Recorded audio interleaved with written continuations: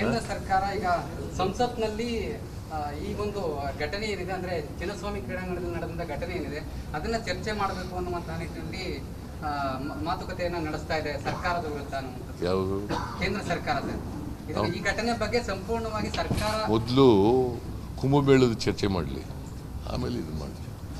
ಆಮೇಲೆ prime minister ಒಂದು ಸೇತುವೆ ಉದ್ಘಾಟನೆ ಮಾಡಿದ್ರಲ್ಲ, ಅಲ್ಲಿ 140 ಜನನ ಎಷ್ಟು ಸತ್ತೋದ್ರು ಅದನ್ನು ಚರ್ಚೆ ಮಾಡಲಿ ಅಲ್ವಾ? ಸರ್ಕಾರ ನೇರ ಹೊಣೆ ಹೊರಬೇಕಿತ್ತು. ಚರ್ಚೆ ಮಾಡಬೇಕಲ್ವೇನೆ ಇದನ್ನ. ಮತ್ತೆ ನೀವು ಬರೀ ಕರ್ನಾಟಕದಲ್ಲಿ ನಾನು 11 ಜನ ಸಾಯಬಾರ್ದಾಗಿತ್ತು. ನಮ್ಮದು ವ್ಯಥೆ ಇದೆ, ಎಲ್ಲ ಯಂಗ್ಸ್ಟರ್ಸ್ ಹೋಗಿದ್ದಾರೆ, ಅದರ ಬಗ್ಗೆ ವ್ಯಥೆ ಇದೆ. ಅದನ್ನು ನಾವು ಬೆಂಗಳೂರಿನಲ್ಲೂ ಹೇಳಿದ್ದೀನಿ, ಇಲ್ಲೂ ಹೇಳ್ತಾ ಇದ್ದೀನಿ. ಹಾಗಂತೇಳಿ ಡಿಫೆನ್ಸ್ ತಗೊಳ್ಳಲ್ಲ ನಾನು.